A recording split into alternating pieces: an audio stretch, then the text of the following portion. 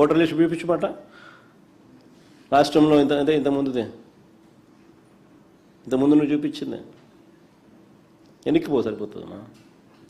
2,10,00,000 మంది ఓటర్లు ఉన్నారని చెప్పి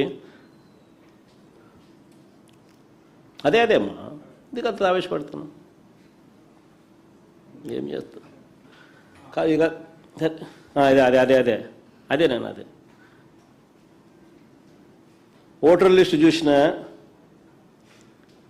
2,10,58,615 మంది ఓటర్లు.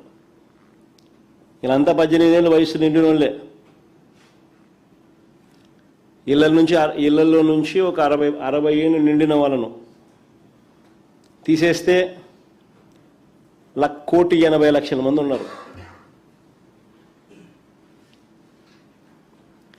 కరెక్ట్గా చెప్పాలంటే 1,78,99,440.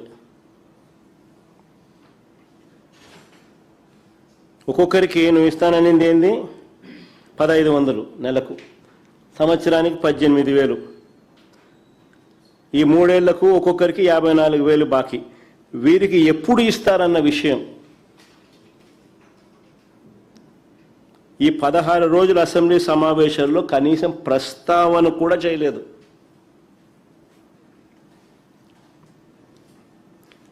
ఇదే సూపర్ 6 సూపర్ 7లో ఇంకో ముఖ్యమైన హామీ. ఈనాడు పత్రిక అడ్వర్టైజ్మెంట్ మళ్ళీ చూపించండి. మీ సూపర్ 6 సూపర్ 7లో ఇంకో ముఖ్యమైన హామీ 50 ఏళ్ళు నిండిన ఎస్సీ ఎస్టీ బీసీ మైనారిటీలకు పెన్షన్ అని.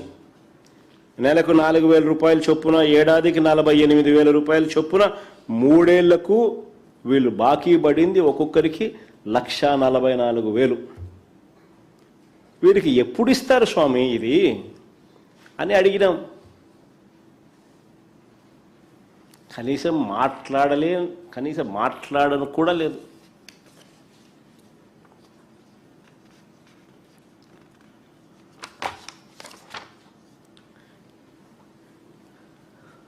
పైగా 2024 ఎన్నికల షెడ్యూల్ వచ్చే నాటికి మార్చిలో మేమిచ్చిన పెన్షన్ల సంఖ్య 66,34,372. మేమిచ్చిన పెన్షన్లు అక్షరాల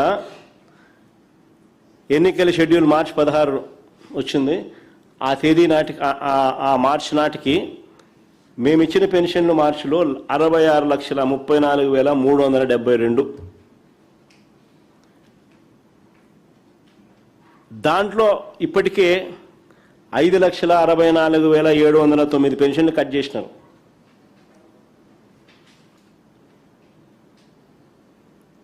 వీళ్ళు మొన్న మార్చిలో ఇచ్చిన పెన్షన్లు చూస్తే 60,69,663. అంటే దాని అర్థం 5,64,709 పెన్షన్లు కటింగ్.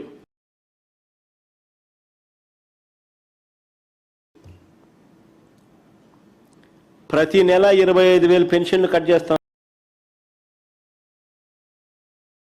ఉన్నారు.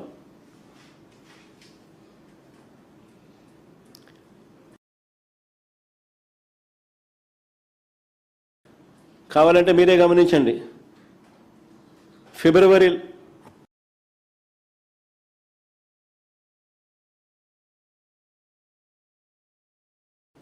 లాస్ట్ మంత్ ఫిబ్రవరి, ఈ మంత్ మార్చు, ఈ 2 తేడా మీరే గమనించండి.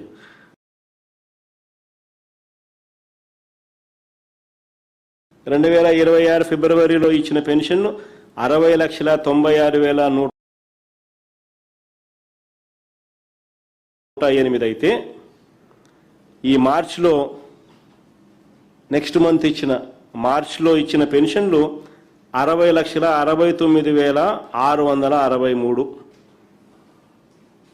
అంటే ఈ ఒక్క నెలలోనే కత్తిరించిన పెన్షన్లు 26,000.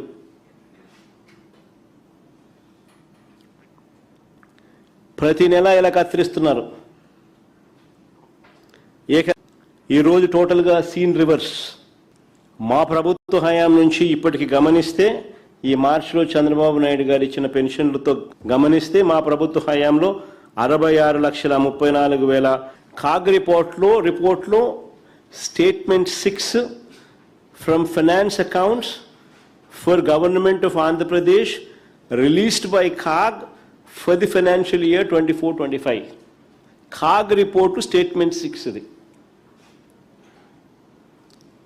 ఆ ప్రింట్ పెట్టేసినాం అంతే. కాగ్ రిపోర్ట్లోనే తీసుకొచ్చి ఆ ప్రింట్ చూపిస్తా ఉన్నా నీకు మీ అందరికీ కూడా. Net borrowing, net increase in borrowing చూడండి, ఆ కాలం సర్కిల్ చేసినాం చూడండి.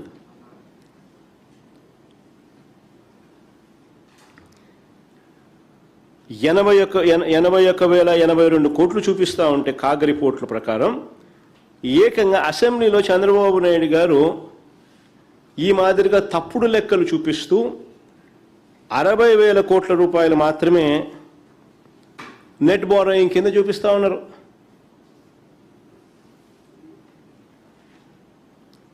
అంతా 60,485 కోట్లని. అంటే తప్పుడు సమాచారం, దాచిపెట్టే కార్యక్రమం. ఏకంగా 20,000 కోట్ల అప్పును, వాస్తవంగా చేసిన అప్పును దాచిపెట్టి చూపిస్తూ ఉన్నారు.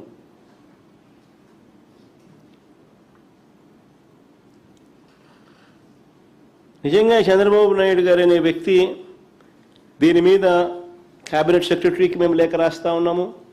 ఈ కాగ్ రిపోర్టు ప్లస్ వాళ్ళు రాసిన లేఖ రెండు కూడా చూపించి చంద్రబాబు నాయుడు కోసం కింద మీద పడిన ఆ సెక్రటరీ ఎవరైతే ఉన్నారో వాళ్ళ ఉద్యోగాలు కూడా ఆటోమేటిక్లీ క్వశ్చన్ మార్కులకు వస్తాయి. దగ్గరుండే సభను తప్పుదోవ పట్టించే కార్యక్రమంలో పాలు పంచుకున్నందుకు డిఓపిటికి లేఖ రాస్తున్నాం, క్యాబినెట్ సెక్రటరీకి లేఖ రాస్తున్నాం, ఫైనాన్స్ సెక్రటరీకి లేఖ రాస్తున్నాం. కాగ్ రిపోర్టు, ఈ రిపోర్టు రెండు కూడా పెట్టి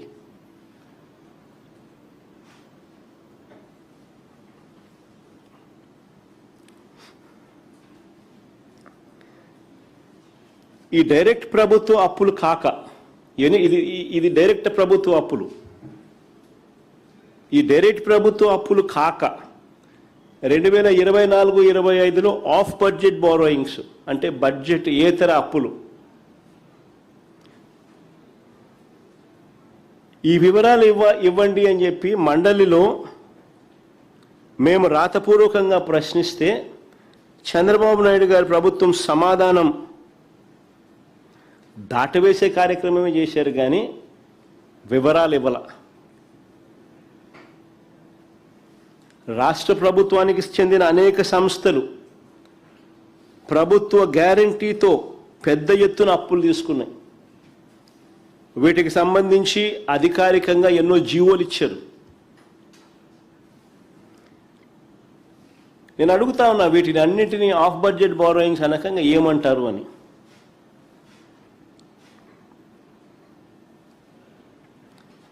కానీ ఈ లెక్కలు మాత్రం చెప్పడం లేదు. అన్నీ కూడా దొంగచాటు వ్యవహారాలే. మొత్తం 16 రోజుల పాటు జరిగిన అసెంబ్లీ బడ్జెట్ సమావేశాలు చూస్తే తప్పుడు లెక్కలు, తప్పుడు ప్రచారాలు, సెల్ఫ్ డబ్బాలు, ఇవి తప్ప ప్రజలకు ఏదైనా మంచి జరిగిందా? ఆ 16 రోజుల అసెంబ్లీ సమావేశాలు చూస్తే ప్రజలకు మాత్రం ఒరిగింది సున్నా. చంద్రబాబు నాయుడు గారేమో తన కొడుకును జాకీని పెట్టి ఎత్తాడు.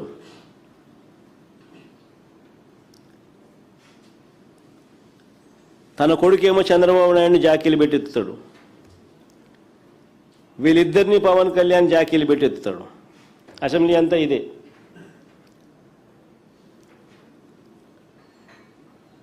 పరనింద, ఆత్మస్తుతి, ఇది తప్ప ఏమైనా కనపడినాయా?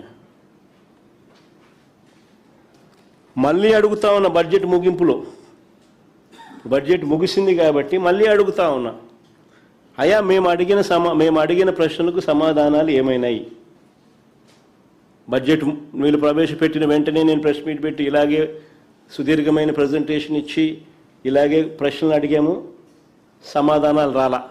16 రోజుల అసెంబ్లీ సమావేశాలు కూడా గమనించిన ఎక్కడా కూడా చంద్రబాబు నాయుడు గారి దగ్గర నోట్లో నుంచి కానీ వాళ్ళ మంత్రుల దగ్గర నుంచి మనం అడిగిన ప్రశ్నలకు మాత్రం సమాధానాలు రాల. మళ్ళీ అడుగుతా ఉన్నా, ఇప్పుడు బడ్జెట్ సమావేశాలు ముగిసిన తర్వాత మళ్ళీ అడుగుతా ఉన్నా. ఇప్పటికి 3 బడ్జెట్లు పెట్టారు. సూపర్ 6, సూపర్ 7లో యువగలం అనే పేరు పెట్టి నిరుద్యోగ భృతి కింద